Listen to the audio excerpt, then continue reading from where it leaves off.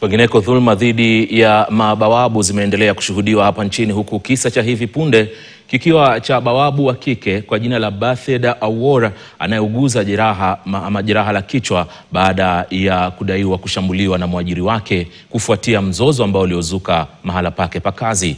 Ukatili huu ulikosolewa na chama cha walinzi wa kibinafsi hapa nchini. Kimetajwa tukio hilo kuwa unyanyasaji wa dhahiri kutoka kwa waajiri. Katibu mkuu wa chama hicho Isaac Kandabwa ametoa wito wa mageuzi ya haraka katika sekta ya usalama hapa nchini ama sekta ya kibinafsi ili kuwalinda maafisa dhidi ya unyanyasaji na kuhakikisha usalama na heshima yao kazini.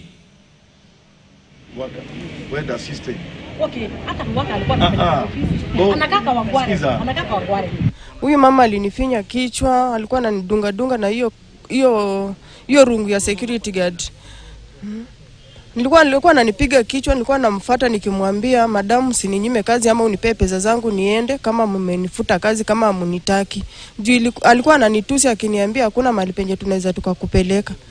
Sasa nilikuwa nataka tu haki yangu, hata kama angeniambia ukujie mshahara tarehe fulani ningekujia.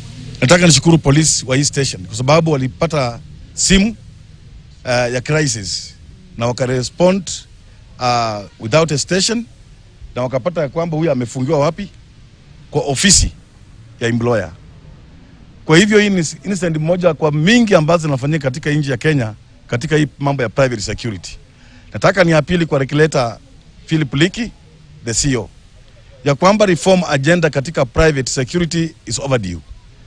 Mambo kama haya inasaibuka kama hiyo regulations inakuwa inafanya kazi.